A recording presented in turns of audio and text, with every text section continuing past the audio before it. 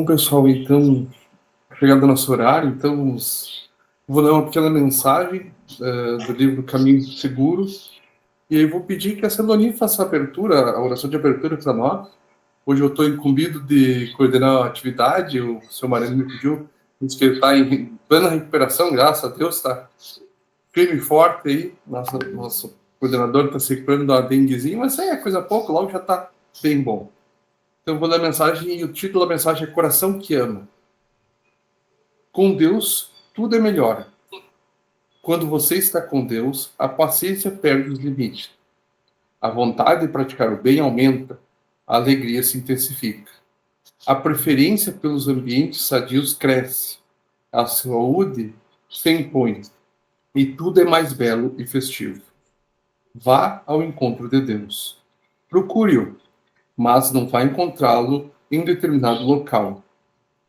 Ele, vivo, atuante, pulsante, está dentro de você mesmo, no seu coração que ama, espera, entristece ou se alegra. Você é de Deus. O amor que você sente por outras pessoas é o infinito amor de Deus em você. É isso a mensagem. Já está na nossa hora, né, de começar o estudo. Convido a todos para nós continuarmos assim na concentração do nosso estudo, levarmos nosso pensamento aos mentores amigos que já estavam nos esperando para esse encontro virtual, mesmo que seja virtual. Nossas emoções, nossos sentimentos estejam unidos, espiritualmente, adorando as intuições, o amparo espiritual, para que consigamos aprender cada vez mais sobre a doutrina, sobre a mediunidade, pedindo a proteção para todos os integrantes do grupo, muitos não puderam reunidos, mesmo virtualmente, pedindo a proteção para todos aqueles que necessitam nesse momento no nosso mundo, que está meio conturbado, as guerras, muita violência, as pessoas que têm problemas de saúde, nesse momento consigam também estar sendo amparadas. Pedindo a espiritualidade nos ampare, nos abençoe e que consigamos sempre estar relativamente unidos com Deus nesse momento de paz e tranquilidade. Esse pensamento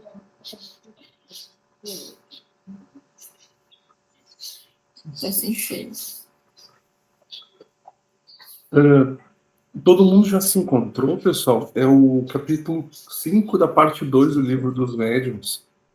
No nosso livro em específico, é a página 89, tá? Mas aí é desse exemplar, né? Dessa editora em específico.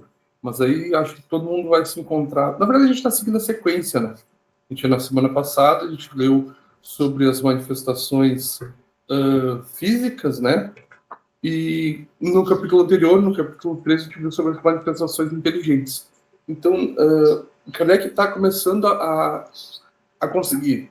Nos primeiros 2 capítulos, ele apresentava mais uma introdução de como aqueles fenômenos foram apresentados a ele, alguns conceitos básicos sobre aqueles fenômenos.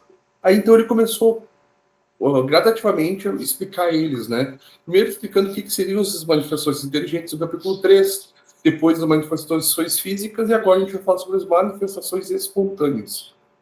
Eu vou pedir, então, que a Jaqueline, tu estás sem óculos, mas consegue ler para nós um pouco? Só essa questão do 82? Sim. Tá bom, obrigado. Das manifestações físicas espontâneas, isso? Isso. Ruídos, barulhos e perturbações, arremesso de objetos, fenômeno de transporte, dissertação de um espírito sobre os transportes.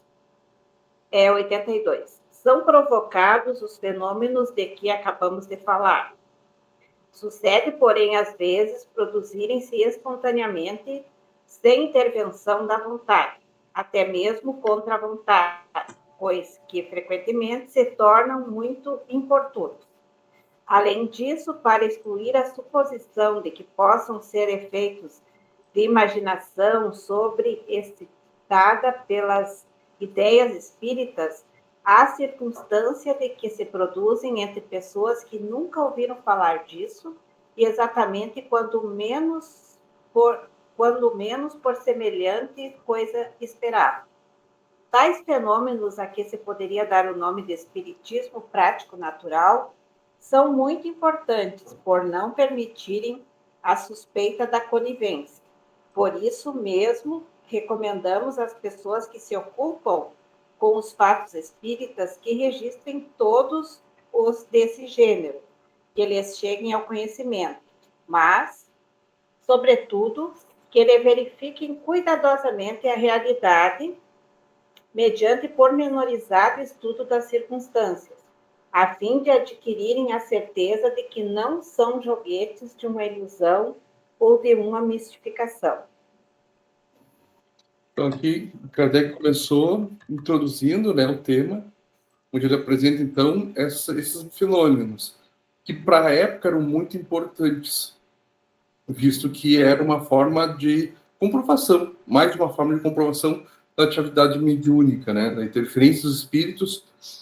Aí ele também, na verdade, lá no final dessa sessão, ele já comenta que, mesmo sendo algo importante, porque dá comprovação, ele tem que ser muito bem organizado e investigado, visto que a produção de sons, depois ele vai falar nas próximas sessões, pode ser de várias formas manipuladas, né? Então as pessoas podem achar que estão ouvindo um barulho de uma manifestação espiritual e, na verdade, Aí ele fala as outras preposições. Então, era uma preocupação que Kardec tinha, que era uma dos ocorrentes que mais tinha embuste, enganação, né? Que pessoas tentavam se passar por médiums que produziam efeitos físicos, e esse em especial, né, que eram os efeitos sonoros e ruídos e barulhos, eram amplamente feitos por pessoas que tinham tendência ao charlatanismo, né? Então era uma preocupação que ele tinha. Mas alguém tem algum ponto sobre o texto dessa sessão que chamou a atenção?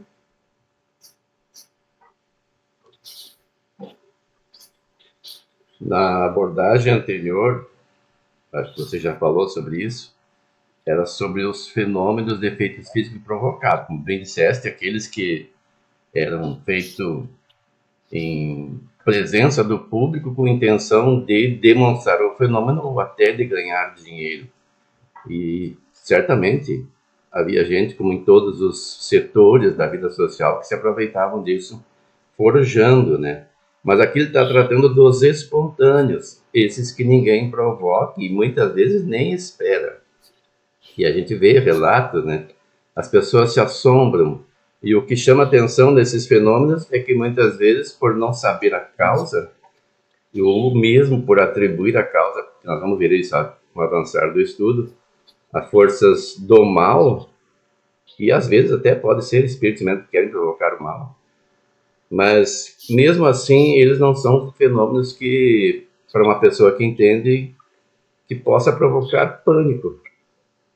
Porque a gente vai ver no avançar desse estudo que são fenômenos para chamar a atenção, a maioria das vezes, e alguns que degringolam, que nós vamos também entender esse assunto. Mas aqui tem uma observação interessante dele. Ó. Tais fenômenos, a que se poderia dar o nome de espiritismo prático, natural, são muito importantes, por não permitem a suspeita de conivência, porque são espontâneos. Eles não são provocados, a pessoa nem espera. E às vezes acontecem em residências ou locais em que não tem ninguém que sequer ouviu falar de espiritismo. E até mesmo pessoas que são voltadas à prática da detração, ou seja, detratores do espiritismo. Pessoas que falam contra. E quando se depara com essas situações, eles não sabem o que fazer. Eles recorrem a exorcistas, a várias práticas que não tem um resultado prático para, entre aspas, solucionar o problema.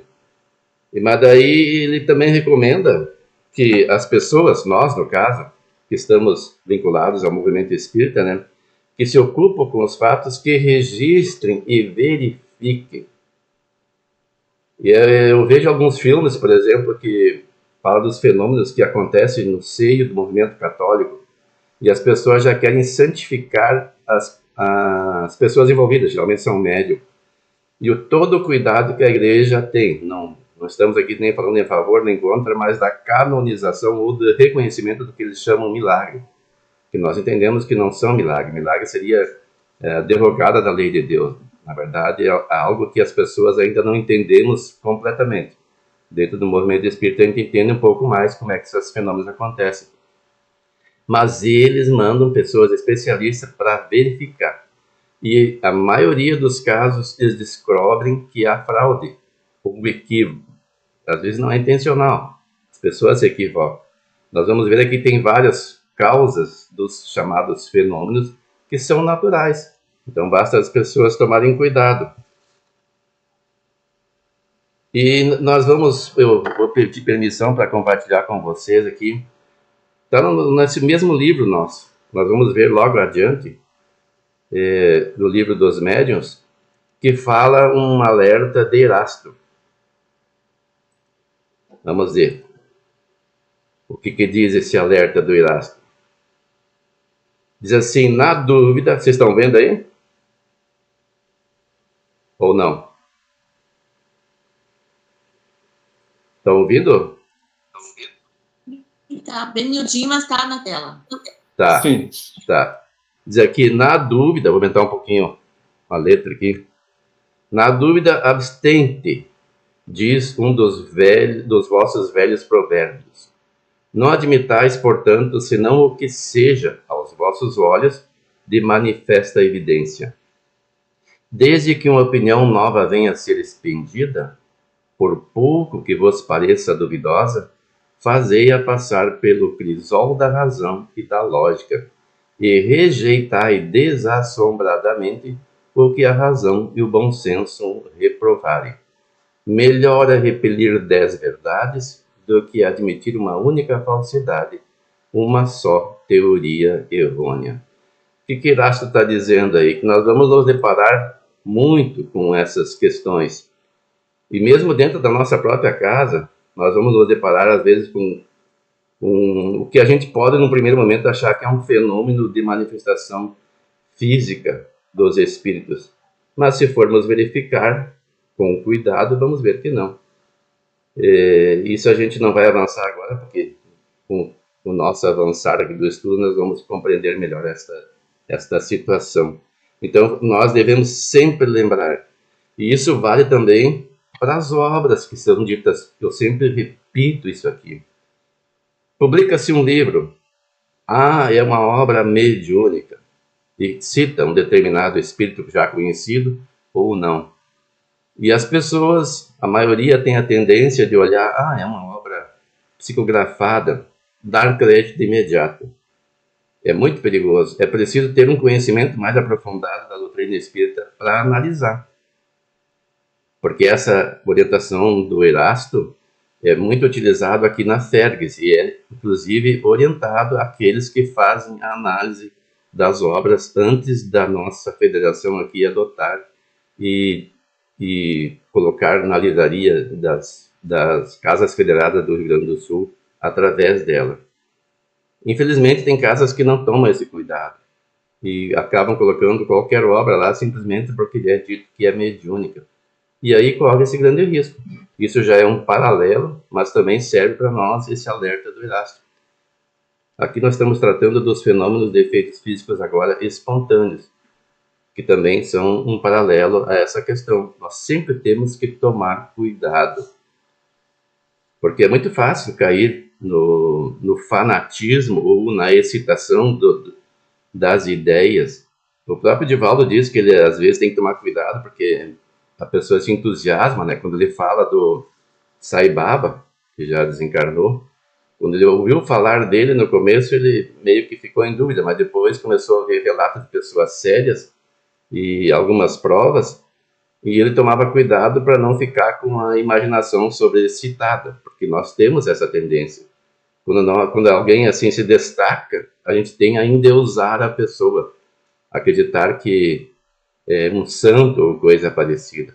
Então, muito cuidado nas nossas análises antes de darmos uma opinião, que é opinião. Desde que a gente não tenha um conhecimento científico profundo da doutrina, é apenas uma opinião. Tem que sempre referir isso aí, né? E sempre focar que o espiritismo não está direcionado.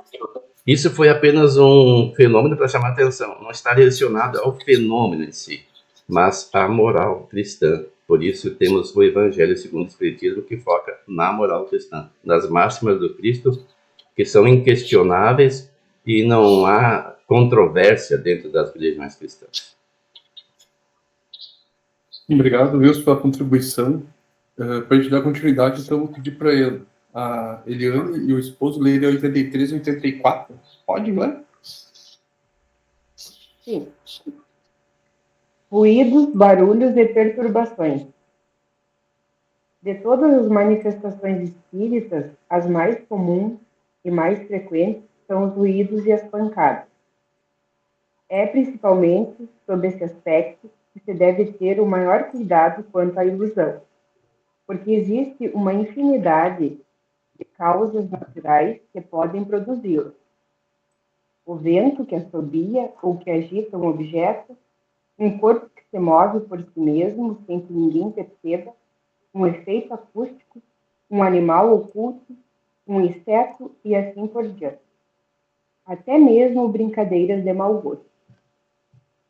Aliás, os ruídos espíritos apresentam características inconfundíveis, que revelam uma intensidade e timbre muito variados, tornando-os facilmente reconhecíveis. Isso não permite que eles sejam confundidos com os estalidos da madeira, com o tic-tac do fogo ou com o tic-tac monótono de um relógio de pêndulo. São pancadas secas, às vezes surdas, fracas e leves, às vezes claras e distintas, outras vezes barulhentas, que mudam de lugar e se repetem sem nenhuma regularidade mecânica. De todos os meios de controle, o mais eficaz, aquele que não pode deixar dúvida quanto à origem da manifestação e à obediência do fenômeno à vontade de quem observa.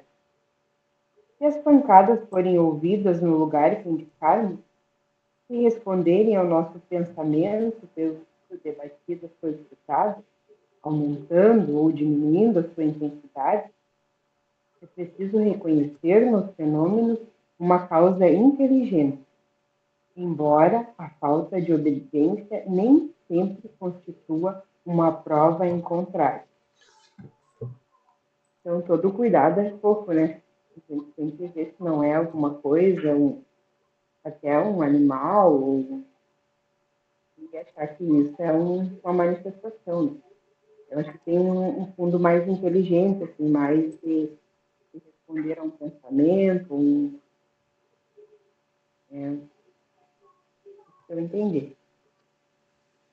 Sim, sim. Ali, na verdade, Kardec enumerou inúmeras situações que poderiam causar esses ruídos, né, que tá dentro da lógica, né, daquela atividade.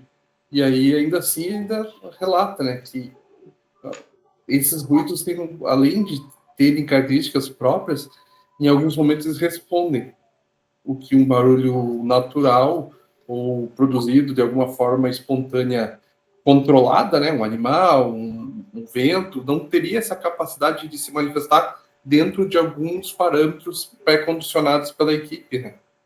Mas continuamos 85 que a gente vai 84, desculpa, que vai tocar no assunto ainda. Vamos admitir que após uma constatação minuciosa, se adquire a certeza de que o espírito ou outros efeitos quaisquer são manifestações reais. Será racional ter medo dessas manifestações? Seguramente não, porque em nenhum caso elas representam qualquer perigo.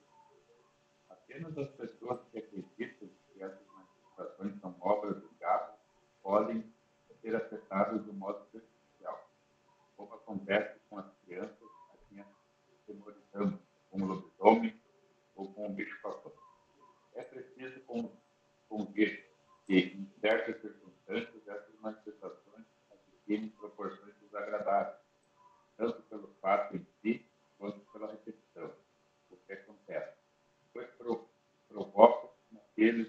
experimento o desejo muito natural de se ver no céu. Cabe aqui uma explicação a esse respeito.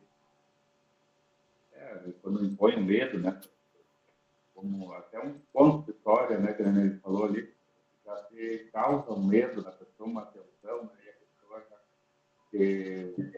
se prende naquele medo, né, daí todo, qualquer ruído, qualquer manifestação natural se torna um medo.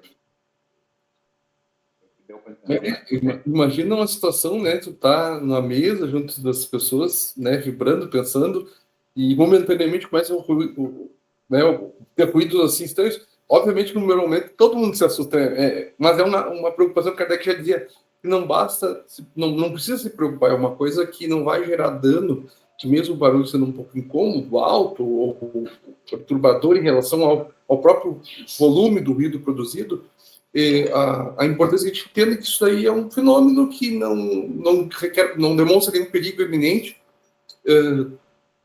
mas aí vem aquela grande questão, né?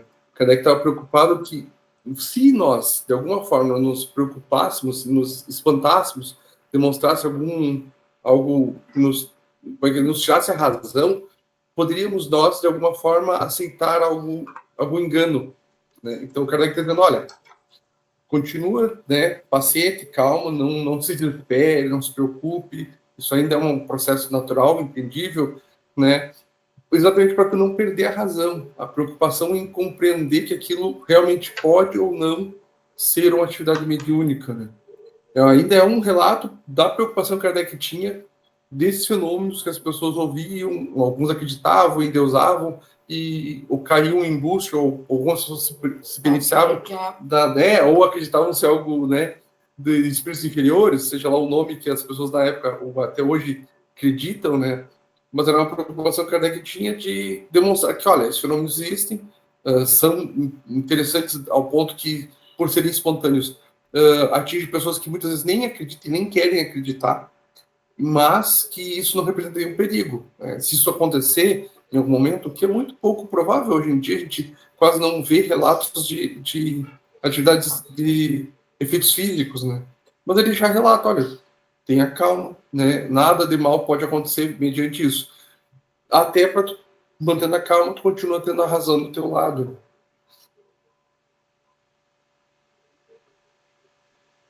Mas alguém tem alguma coisa? Daí, né, já continuamos. Então. Só para ver se mais alguém tem alguma contribuição, algum outro ponto de vista, algo que achou interessante. Aqui tem algumas coisas que convém ressaltar. Você já mencionou na relação dos tipos de fenômeno, né? Mas daí tem alguma coisa no 83 aqui, ó. Aliás, os ruídos espíritas apresentam um caráter especial. Isso que a pessoa precisa ver. Porque muitas vezes casas que têm telhado de zinco, por exemplo, é muito comum começar a estralar. Estruturas metálicas. Aqui em casa mesmo, frequentemente, a gente ouve um estalido na porta de entrada. Ela tem uma estrutura de alumínio e a porta é de vidro. É uma porta que dá acesso para a parte de cima da escada. Nós moramos num sobrado junto com a Celonia, onde mora na parte de baixo. Né? Então, é uma porta simples, só tem uma divisória. E ela dá estalidos, principalmente quando se liga o ar-condicionado. Uma pessoa que não está acostumada pode achar estranho, do nada, assim, dar aquele estalido. E tem tantas outras coisas, e aqui ele destaca, ó, intensidade e timbre muito variados, não são sempre os mesmos, que os tornam facilmente reconhecíveis e não permitem sejam confundidos com os estalidos da madeira, com as crepitações do fogo e com os tic-tac monótono do relógio. São pacadas secas, ora surdas, fracas e leves, ora claras, distintas, às vezes retumbantes, que mudam de lugar e se repetem sem nenhuma regularidade mecânica. Aqui é que está o detalhe.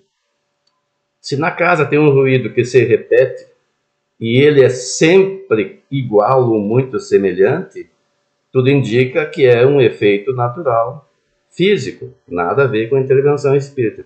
Agora, se ele muda de frequência, muda de ritmo, de intensidade, aí vale a pena uma investigação para ver se de fato tem alguma coisa por trás.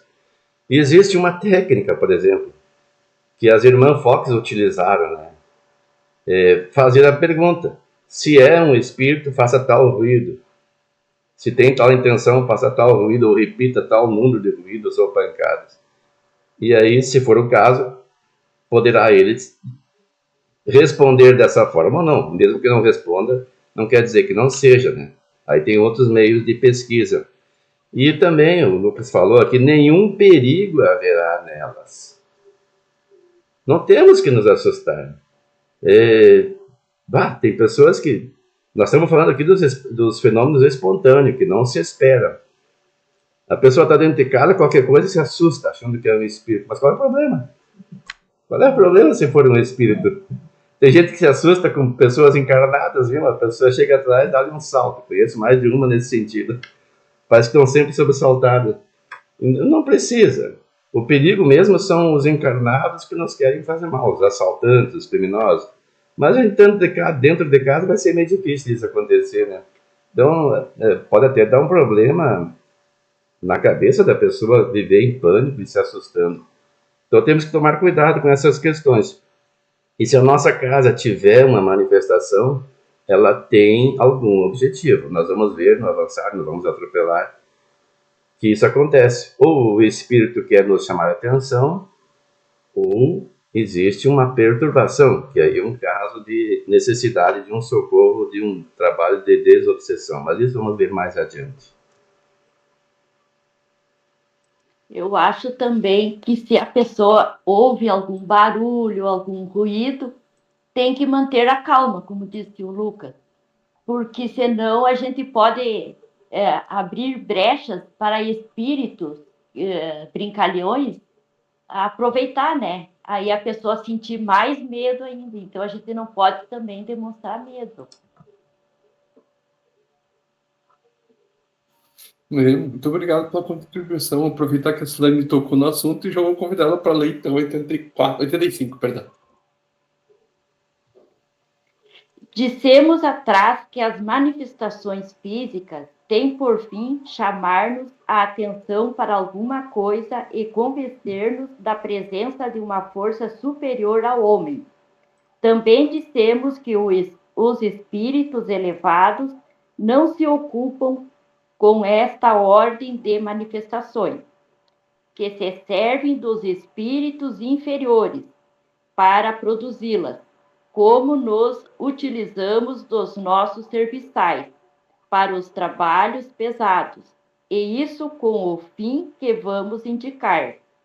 Alcançado esse fim, cessa a manifestação material por desnecessária. Ou dois exemplos farão melhor compreender a coisa.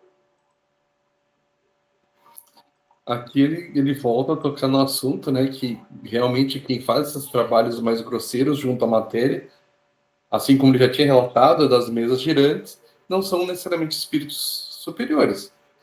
Mas os espíritos superiores, tendo um propósito, utilizam-se de espíritos que ainda estão muito mais próximos da matéria para, então, pela sua coordenação, executarem o trabalho. Então, novamente, geralmente espíritos que se comunicam através de sons e ruídos, dado o propósito, ainda são espíritos muito próximos a nós, muito ligados à nossa matéria, ainda muito próximo do plano físico. Né? Não são espíritos que têm incumbências maiores, né? Mas, muitas vezes, como o Hilton comentou, existe uma necessidade, um propósito para que aquilo aconteça. E aí vai a interesse da nossa investigação para verificar o motivo daquela ação, daquele ruído, daquela perturbação espontânea, né? Porque a gente ainda está falando de coisas que a gente não buscou provocar, não buscou estar acontecendo, né? Está acontecendo a revelia, né? Aí vamos só ler 86, Silvia, que daí a gente passa depois para o Júlio ler 87 e aí a gente faz o encerramento com os comentários gerais do que a gente lê. 86. Há muitos anos, quando ainda iniciava meus estudos sobre espiritismo, estando certa noite entregue a um trabalho referente a essa matéria, pancadas se fizeram ouvir em torno de mim durante 4 horas consecutivas. Era a primeira vez que tal coisa me acontecia. Verifiquei não serem devidas a nenhuma causa acidental, mas, na ocasião, foi só o que pude saber. Por essa época, tinha eu frequentes ensejos de estar com o excelente médium escrevente. No dia seguinte, perguntei ao espírito, que por seu intermédio se comunicava, qual a causa daquelas pancadas. Respondeu-me ele, o teu espírito familiar que te desejava falar. Que queria de mim? Respondeu, ele está aqui, pergunta-lhe. Tendo interrogado, aquele espírito se deu a conhecer sob o nome alegórico. Vim a saber depois, por outros espíritos, que pertence a uma categoria muito elevada e que desempenhou na Terra importante papel. Apontou erros do meu trabalho, indicando-me as linhas onde se encontrava. Deu-me úteis e sábios conselhos e acrescentou que estaria sempre comigo e atenderia ao meu chamado todas as vezes que eu quisesse interrogar. A partir de então, com efeito, esse espírito nunca mais me abandonou. Dele recebi muitas provas de grande superioridade e sua intervenção benévola e eficaz me foi manifestada, assim nos assuntos da vida material como no tocante às questões metafísicas. Desde a nossa primeira entrevista, as pancadas cessaram. De fato, o que desejava ele? Pôr-se em comunicação regular comigo, mas para isso precisava me avisar. Dado o explicado aviso, estabelecidas relações regulares, as pancadas se tornaram inúteis. Daí o cessarem. O tambor deixa de tocar para despertar os soldados, logo que esses se acham todos de pé. Fato quase semelhante sucedeu a um dos nossos amigos.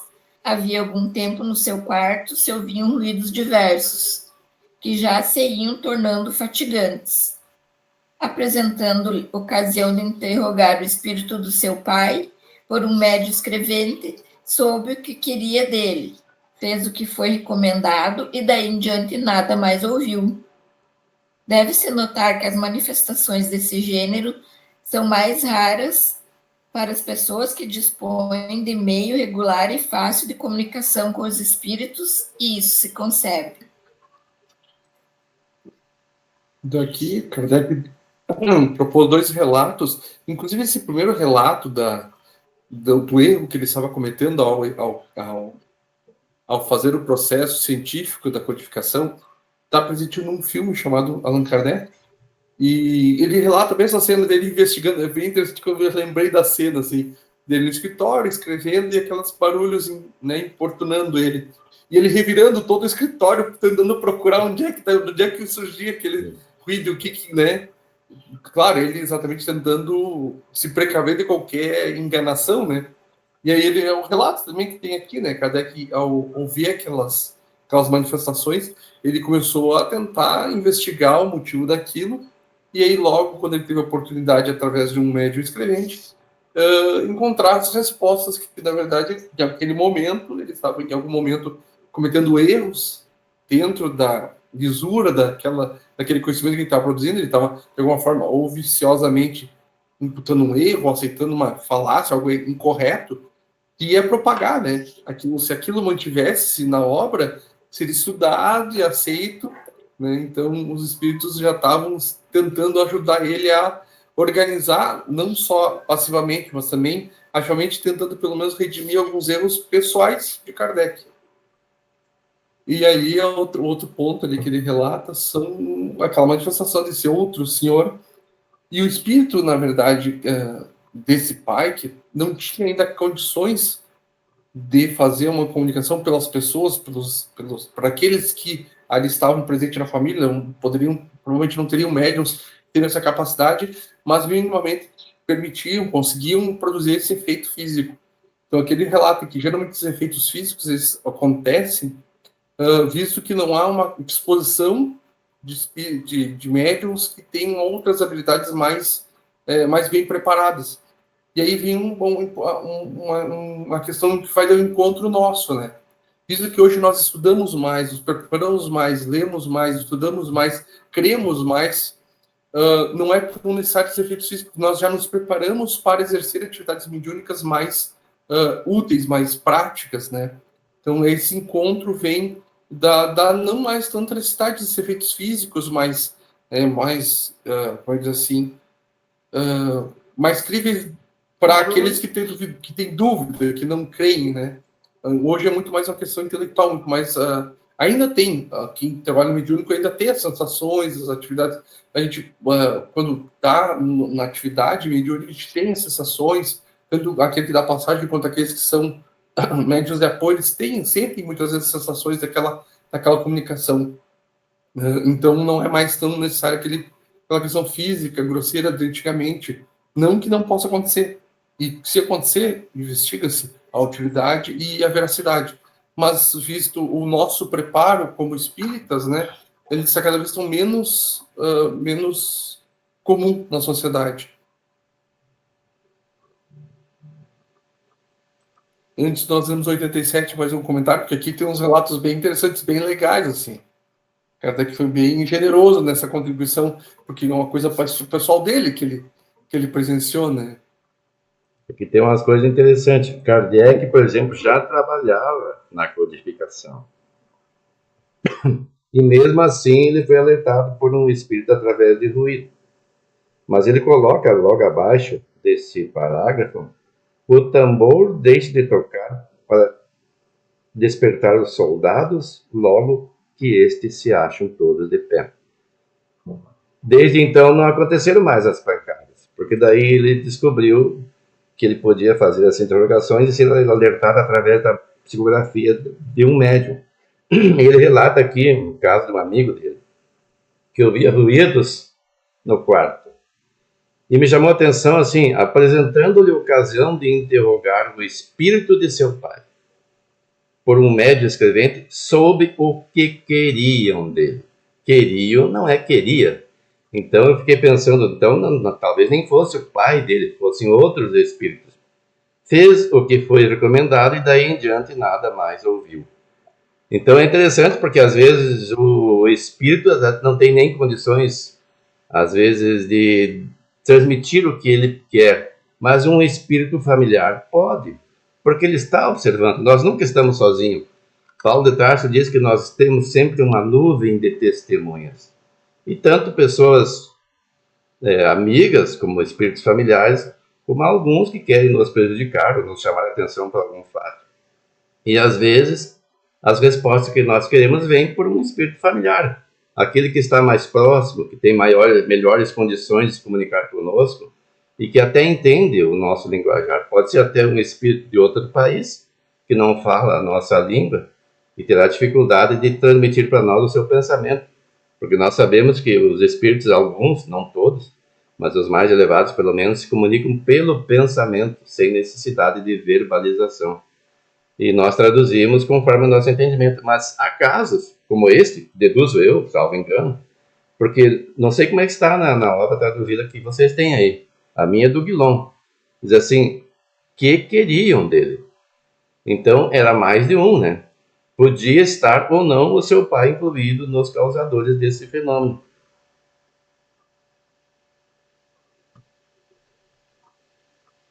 Provavelmente por intermédio também do próprio espírito protetor daquele rapaz, né? De alguma forma ele intermediou essa atividade, né? Porque no fim útil ele deveria estar ciente, né? Mas é interessante esse ponto me passou despercebido a leitura. Isso é bem interessante do teu ponto de vista, né? Porque a gente geralmente imagina que quando há uma comunicação, a gente está atendendo a uma pessoa, um espírito, né? Muitas vezes a gente está atendendo um coletivo, né? Inúmeros outros que, de alguma forma, necessitam daquele amparo, daquele socorro, daquele apoio. A gente fala para quantos ouvem, né? Porque a primeira coisa que me chamou a atenção, ele não sabia qual era a causa. Até como ele foi consultar um médium, ele deve ter deduzido que era um espírito. Mas como é que ele foi consultar o espírito do pai? Ele sabia que era o espírito do pai? E daí eles, assim, soube o que queriam dele. O que queriam pode ser outros, que eu acho que é bem provável que sim, que só o pai, como estava próximo, percebeu e passou para o filho essa informação. Aqui na minha tradução, aqui dizer o que queria, afinal, não é igual, né? Essa é a questão, né? Sabe como é que a gente tem que fazer? Eu não fiz nesse ponto aqui, ó. Você pega o original francês que tem na internet, acha o ponto e coloca no Google Tradutor, ver como é que fica, qual que está mais correto. Porque eu percebo assim, ó, eu posso estar falando uma maldade, mas algumas traduções parece que eles se preocupam em não reproduzir o que o Guilhom fez, para não ficar muito parecido como copia, modifica e cola, né? E às vezes até colocam termos diferentes.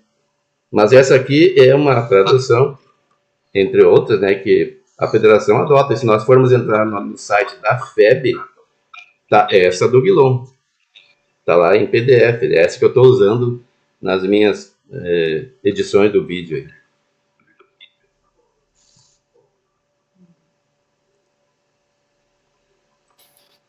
Bom, eu vou então pedir para o Júlio ler a última questão para a gente poder fazer um apanhado e aí a gente encerra, tá bom?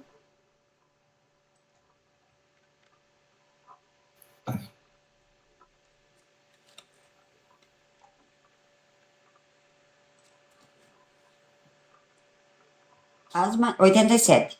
As manifestações espontâneas não se limitam sempre aos ruídos e às pancadas. Degeneram algumas vezes em verdadeiro barulho e em perturbações. Móveis e objetos diversos são derrubados. Projéteis de toda espécie são atirados de fora. Portas de janelas são abertas e fechadas por mãos invisíveis. Ladrilhos são quebrados, o que não pode ser levado à conta de ilusão. Frequentemente, a desordem é muito efetiva, mas algumas vezes não há senão a aparência da realidade. Ouve-se barulhos em um cômodo vizinho, louça que cai e se quebra, com estrondo. Achas de lenha, diz aqui, de lenha que rolam sobre o assoalho. Apressa-se em verificar-se e se encontra tudo tranquilo. E em ordem depois, logo que se sai, o tumulto recomeça. Bem estranho, né, no caso? Aí Kardec, na verdade, já está extrapolando um pouco só as questões dos sons, né? Em um momento ele fala que são barulhos, mas também às vezes acontecem fenômenos associados a esse barulho físico, né? São janelas que se movimentam e batem, gerando ruído, e outras vezes não, que são apenas efeitos, em geral, de barulhos sem um aparente efeito físico associado, né? Barulhos de coisas batendo no chão, se quebrando, e não tem nada no local que possa produzir aquele fenômeno, aquele barulho. Ele está falando já de duas coisas aí. Ele vai começar já na próxima, por isso que eu parei aqui, e ele começa na próxima já a falar sobre outras manifestações de ruído que já não são só espontâneas, quer dizer, são espontâneas, mas não são somente produções sonoras que não tem a ver com efeitos físicos. Ele vai começar a juntar o que ele já apresentou até então, são atividades de efeito físico, com ruídos espirituais. Mas aqui exatamente essa importância de nós entendermos. Muitas vezes a gente imagina que um barulho provocado de um ruído de um objeto da casa, ainda mesmo que possa ser de alguma forma físico, pela dilatação, pela diferença de temperatura, diferença de pressão, né? Isso pode provocar um barulho, mas também algo doméstico pode ser utilizado pelos espíritos, né, para produzir esse ruído, claro, como novamente reforçando, né? Hoje em dia é muito menos usual, muito menos comum, visto que existem inúmeras outras formas de comunicação, muito mais médiums bem preparados para o atendimento dos espíritos, né? Então, são raras as situações, nada que não aconteça. Tem um relato aqui no Brasil, uma família que consistentemente tinha efeitos espontâneos. Na verdade, lá eles eram uma questão de combustão espontânea, né? que ocorriam na casa, que eles se mudavam da casa e aquilo permanecia, mas aqui é porque existia médios que tinham essa predisposição mediúnica de auxiliar a produção daqueles efeitos, junto com espíritos que gostariam de provocar aquilo, daí por inúmeros motivos, alguns para evidenciar esse fenômeno, tanto que isso foi noticiado, foi tratado nas mídias, gerando um interesse, um burburinho, né, inclusive demonstrando que não existe charlatanismo, não existia algo que provocasse, que gerasse aquilo, né, uma coisa realmente espontânea, demonstrando aos olhos da sociedade essa espontaneidade desse efeito. E aí vem a questão que muitas vezes os espíritos, pelo que relata Kardec, também utilizam os meios físicos para produzir esse ruído. Mas aí ele também relembra nas sessões anteriores que esses ruídos, dado a utilidade deles, eles devem ter, podem, por exemplo, responder às indagações, né? Como o Wilson mesmo falou, dado uma consistência de barulhos que não demonstram ser ritmadas, não constantes, ou de volumes diferentes, ou de objetos diferentes, então se vem a questionar se realmente é uma manifestação espiritual, né, que ele possa então produzir um número X de sons, ou repetir, né, para que demonstre que aquilo realmente tem um cunho e uma utilidade de uma atividade mediúnica, né? Então é só esse ponto que Kardec relatou aqui. Nas reuniões tinha tanto atividades que eram produzidas por efeitos que não estavam presentes no local, quanto também outras atividades, outros sons produzidos dos objetos que estavam naquele ambiente. Eu vou passar para o Wilson, então pode falar isso, fica à vontade. Kardec aqui está falando nos fenômenos de efeitos físicos aparente, mais gritante, mas eu me lembrei de um caso que aconteceu, relatado, em que uma família procurou Chico Xavier pedindo orientação de como fazer para melhorar a vida deles, porque vinha acontecendo muita coisa ruins, negativas, deduzo eu, que atrapalhava a família. E ele recomendou o Evangelho no Lar e especificou um determinado número de tempo, um período de tempo, melhor dizendo, em que as coisas iam mudar. E eis que chegou esse dia e as pessoas ficavam ansiosas, né? Foram fazer o Evangelho e esperando, essa noite vai acontecer algo excepcional, vai mudar a nossa vida. No dia seguinte acordaram e perceberam que alguém tinha entrado na casa e eles estavam dormindo e não acordaram. E uma joia rara e cara, aliás, rara não sei, mas uma joia cara que tinha na casa tinha sido furtada. Eles ficaram estarrecidos, como assim? Chico Xavier disse que ia melhorar e justamente nesse dia entra um ladrão aqui e nos furta um bem precioso que tínhamos. Daí foram procurar o Chico, de uma forma até meio que decepcionado, né? Porque como assim, Chico? Tu disse que ia melhorar e aí no dia que você deu como prazo, entra um ladrão e leva a nossa joia. Não sei se vocês conhecem essa história. E aí foi revelado a eles que aquela joia, eu estou pegando esse gancho, porque nós estamos falando aqui de fenômenos que acontecem em certos lugares. E a gente tem aquela ideia, não, se o médium vai embora, o fenômeno vai com ele. Às vezes não, às vezes ele fica vinculado ao local, porque o espírito está vinculado ao local. Tem um filme chamado Os Outros, vocês já devem ter assistido, que retrata este fato. Claro que ali é uma ficção, né? Mas acontece de fato. E nessa joia é algo paralelo, porque Chico Xavier disse que aquela joia tinha sido motivo de muitos assassinatos em razão do seu valor, de pessoas roubando dos outros, cometendo aquilo que se chama de latrocínio, né? Matando para roubar a joia, e muitos espíritos vinculados a ela, porque entendiam eles que ela lhes pertencia. E daí eles acabavam perturbando a família, causando danos de várias ordens, imagino eu, e que atrapalhava a estabilidade da família. Por isso eles foram procurar o Chico Xavier. E com a prática do Evangelho no Lar, a maior parte desses espíritos vinculados à joia compreenderam que estavam em equívoco e desistiram de ficar ali policiando ou querendo se apossar da joia, que era física, e eles já eram espíritos, não conseguiam mais se apossar, e deixaram de perturbar, mas ainda ficaram alguns que não tinham entendido e que insistiam em querer se apossar da joia. E daí foi providenciado, interessante isso, né? Até foi providenciado, que a joia fosse retirada da casa. A pessoa na hora fica assustada, né? Decepcionada, chocada e contrariada porque perdeu um valor, mas junto com aquele bem valioso foram os espíritos vinculados a ela, porque muito apegados àquele objeto. E daí a família começa a melhorar. Então, muitas vezes a gente, quando procura uma solução da nossa vida, dos problemas que enfrentamos, queremos que a solução seja de acordo com o nosso entendimento.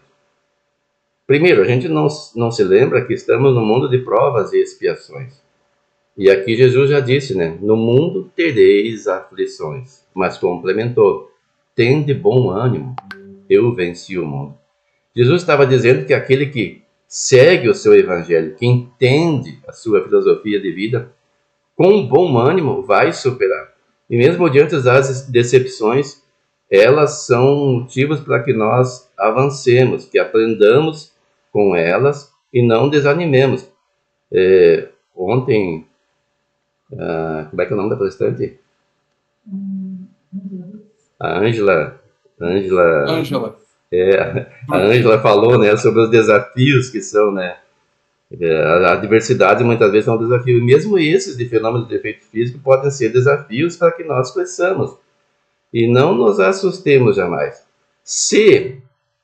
Eu me lembrei de um fato agora, de um compadre meu até, que mencionou que a mãe dele passou por um período em que ele morava numa casa e ela tinha problemas gravíssimos, assim, de manifestações que a perturbavam, e eles a levavam para o hospital na cidade. E quando passavam uma ponte do rio, o fenômeno parava, ela voltava ao normal. E eu fiquei pensando, vai ver que o espírito está vinculado àquela moradia, então, nesse caso. Mas na maioria dos casos, ele está vinculado ao médium. Não adianta mudar. Se o médium mudar e for junto, aí tem que fazer um outro recurso, que é, primeiro, como eu sempre digo, um tratamento psiquiátrico, porque o corpo já está debilitado, dependendo do tempo que isso acontece, e um tratamento espiritual, de preferência um trabalho de desobsessão em uma sociedade espírita vinculada a uma federação.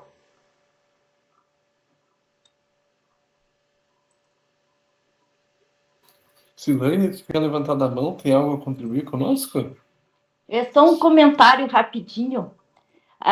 Uma vez, numa certa residência, aconteceu que caiu um objeto sobre o chão.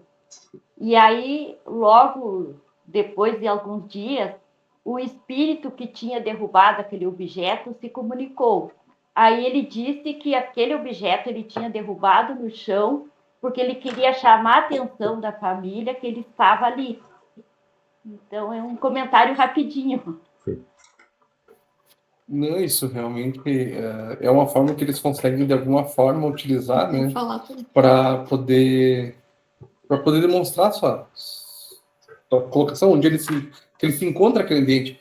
Porque se ele não encontra um médium com a capacidade de se comunicar, ou de sintonia, ele vai pelo menos encontrar alguém que possa ceder um pouco daquele fluido vital, que ele possa manipular algum objeto mais simples, né,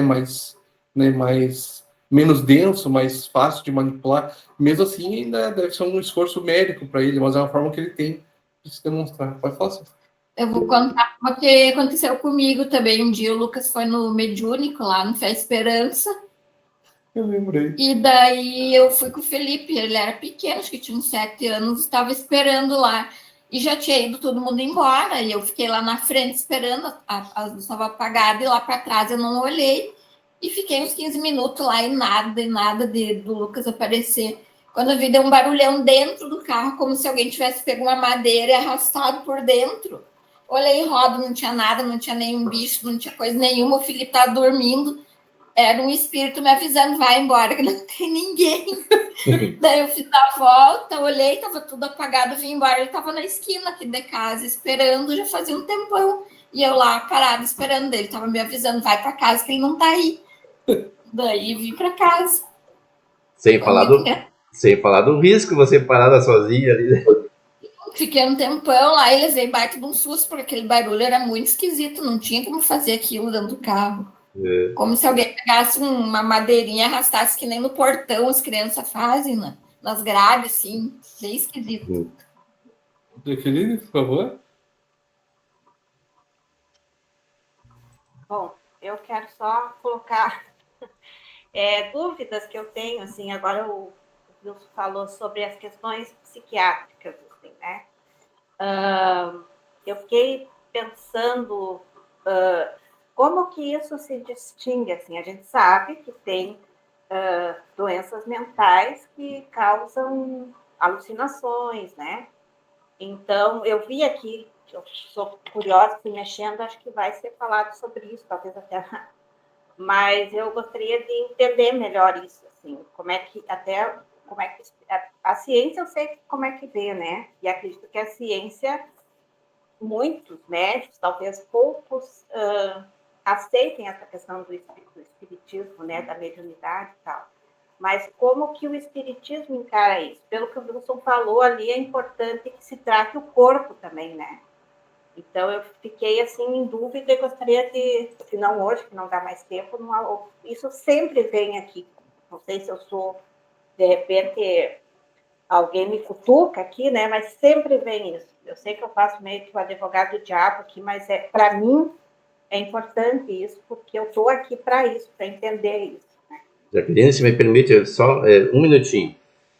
Um fato acontecido na nossa família. Eu não morava em Santuário, fiquei sabendo depois. Eu morava em Passo Fundo. Nossa mãe passou mais de década. Eu não tenho noção. A senhora que conviveu com ela esse tempo todo pode dizer quantas décadas a mãe passou. E em tratamento se procurava socorro espiritual, tudo que é lugar. Foi internada até em Porto Alegre e não tinha jeito. Até que eu ouvi falar, a senhora pode me corrigir se eu estiver equivocado, que foi dito ao Nelson assim, mas vocês já procuraram um médico? E aí levaram, se não me engano, um médico em Ijuí. E aí ele descobriu que ela estava com deficiência de lítio. E aí começou a usar lítio, não sei se depois mudou.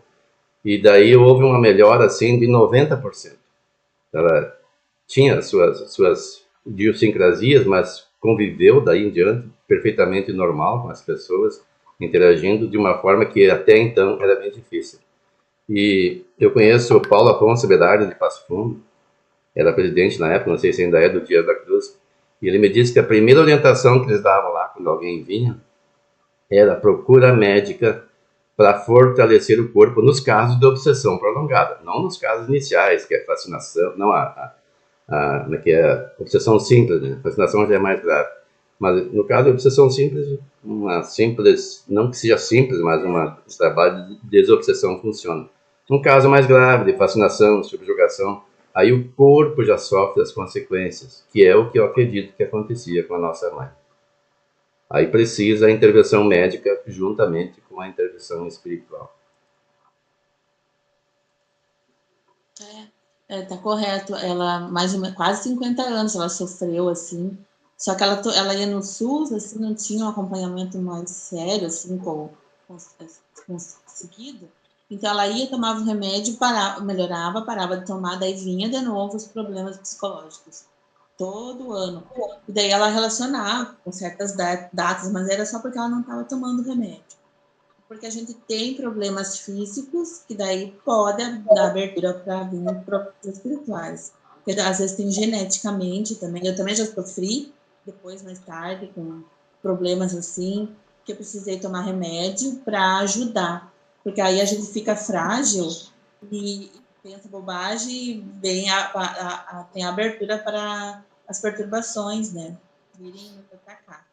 Então, a gente às vezes precisa, paralelamente, essa ajuda médica, né, científica, porque a gente tem problemas, às vezes, que é físico, falta de algum componente, como no caso da mãe era lítio, e depois passou a ter alguns efeitos colaterais, ela teve que mudar a substância, mas a gente precisa de alguns remédios, né? Às vezes quase sempre para nos ajudar, né? Aí daí com o tratamento também espiritual. Pessoal, eu vou ter que acima de tudo, agradecer a todo mundo, mas eu tenho que interromper porque já estamos no nosso horário, tá? Agradecer a todo mundo que participou, que colaborou, que deu sua opinião, isso é importante. Nosso grupo de estudo se faz com pessoas, né? E com experiências, com interação, com a compreensão, né? O grupo de estudo, exatamente a função dele é ajudar com que todos nós possamos, né, ver pela experiência, pela ótica dos outros, engrandecer a leitura, porque muitas vezes quando a gente lê, o próprio Wilson comentou, né, a questão do termo em plural, do que eles querem, né, isso é uma coisa que eu li e passou despercebido, não tinha nem esse entendimento. Então essa possibilidade de a gente poder interagir, ouvir as experiências é muito engrandecedor. Então agradecer a oportunidade, obrigado Marino por, né, infelizmente por motivo de doença não poder estar coordenando hoje, mas agradeço a oportunidade, agradeço a todo mundo também, e eu vou fazer oração de encerramento. Marina, acho que está sobre contento da tua batuta? Que bom, obrigado. Então, pessoal, então eu vou fazer a oração de encerramento. Só um dia rapidinho aqui, ó. Domingo que vem, daí já vai ser presencial, vai ser misto. Então, aqueles que puderem estar presencial, aqueles que tenham dificuldade podem entrar, a gente vai colocar da mesma forma para o acesso remoto. Mas pedimos que aqueles que puderem que vão presencial. 8h30 às 9h, o mesmo horário, porque também tem reunião da diretoria na sequência o domingo que vem, né? Sim, sim. Então, tá.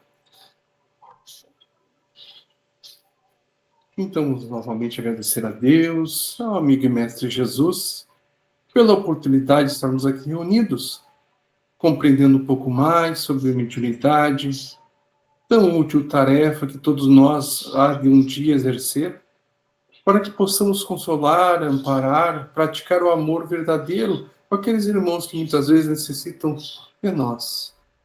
Que possamos ser úteis, trabalhadores fervorosos, principalmente amparando aqueles que necessitam de consolo, de auxílio, de paz de espírito, pelo seu sofrimento moral que carregam, mesmo depois do desencarne.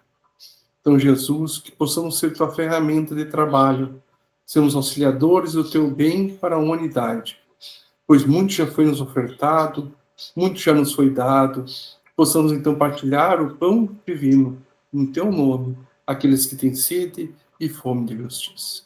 Obrigado, Deus, pela oportunidade dessa encarnação. Obrigado, Jesus, pelo teu exemplo, pela tua amorosidade conosco e com a humanidade.